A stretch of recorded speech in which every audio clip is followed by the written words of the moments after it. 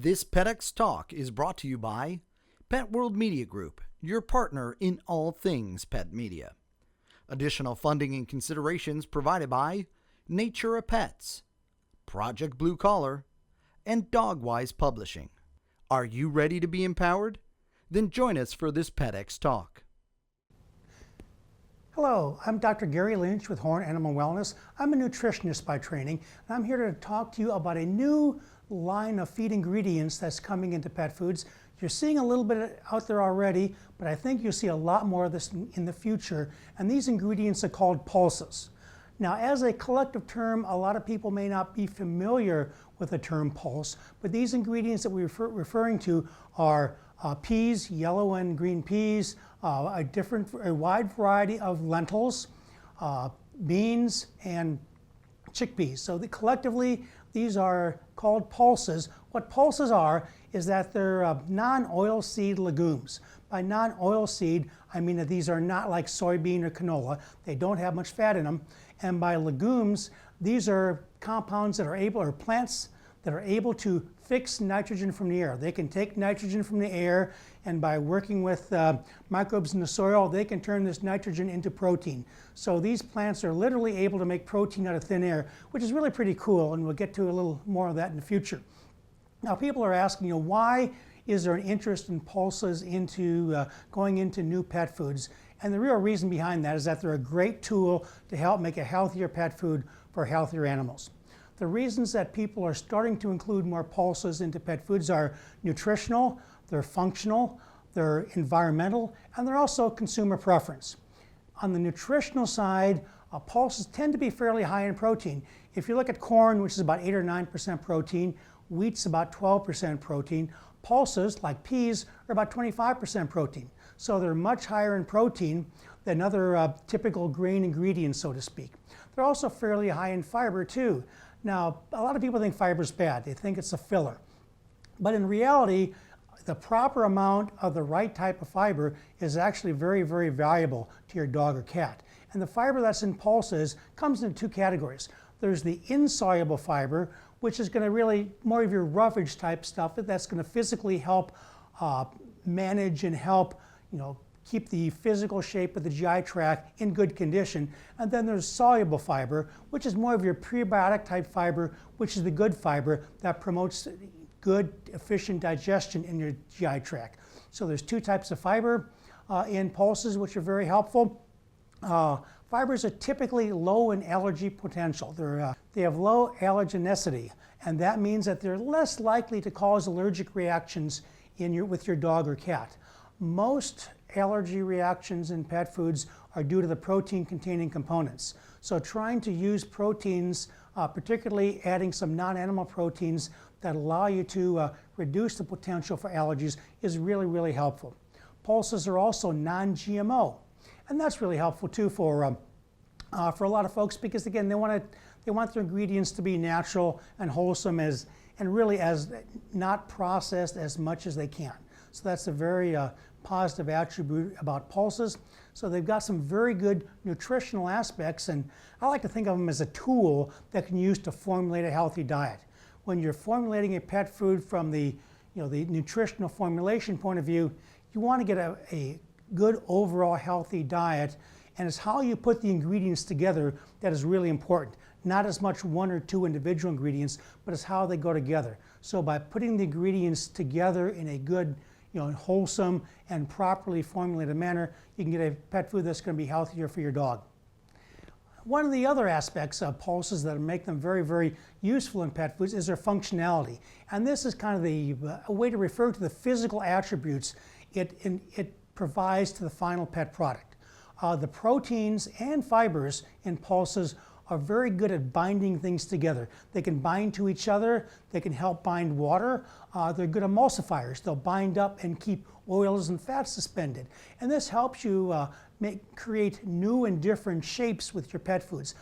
A lot of the chunks that you see in pet foods, they look like meat chunks, but it's really not all meat. There's some other components that go in there.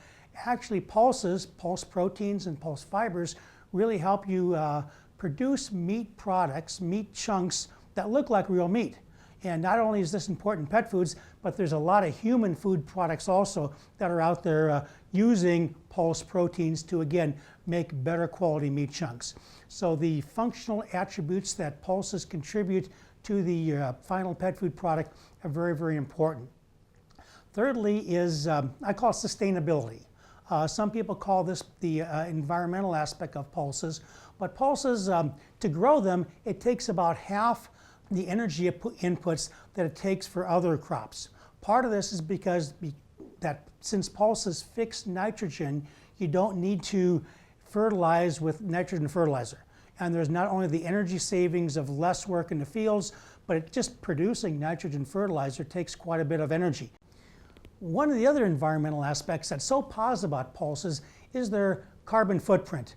Compared to animal protein sources, pulse proteins produce about 75 to 95% less greenhouse gases. So actually, compared to some of the other more common, particularly animal protein sources out there, pulse proteins are very, very positive in the environment. And pulse proteins, again, you've probably heard of these ingredients, again, peas and lentils and chickpeas. They've been fed to humans for a long time. If you pay attention to what's going on in the scientific community, when they talk about feeding the world, feeding people around the globe, they acknowledge that pulse proteins, because of their environmental aspects and the fact that they have a very low carbon footprint, are going to be very, very valuable in providing enough protein to the world, not only for our pets, but also for people. So I think there's a lot of good environmental and sustainability attributes that pulses provide.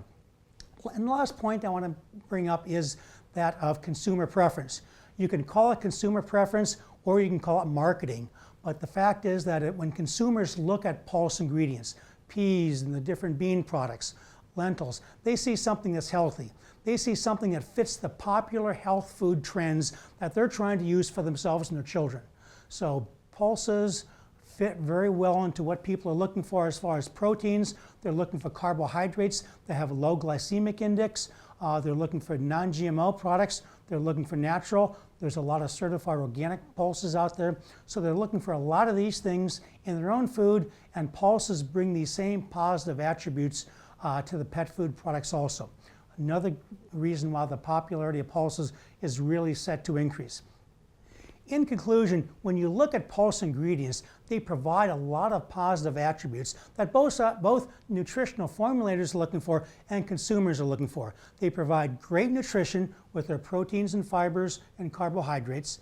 They provide functional attributes as far as binding water, binding other components, and allowing you to formulate and create new and unique shapes. They're very, very environmentally friendly, and they help promote a sustainable utilization of protein products, which is important not only for your pets, but also for the rest of us in the world. And lastly, they've got some very positive consumer attributes. They support the popular consumer trends that they're looking for in healthy ingredients for their own diets. So I think pulses are something that we're seeing a lot of in pet foods nowadays, and we'll be seeing a lot more in the future.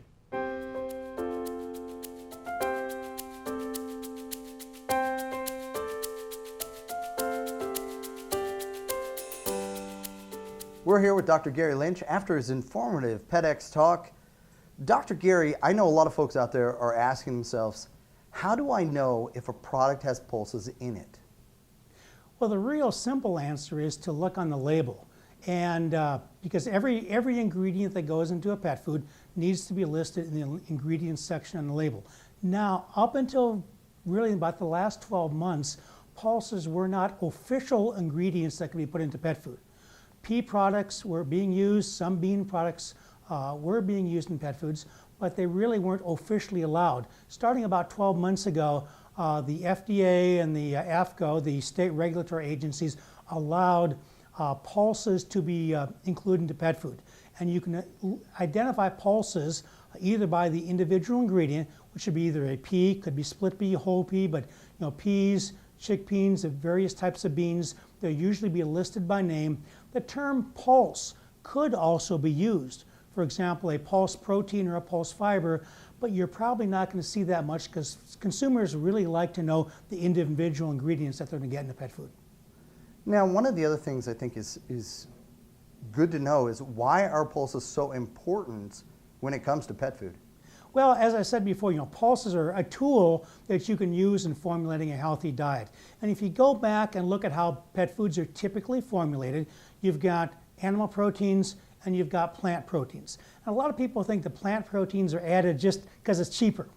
And in some instances it is. In your low-cost pet foods, they'll be cheaper.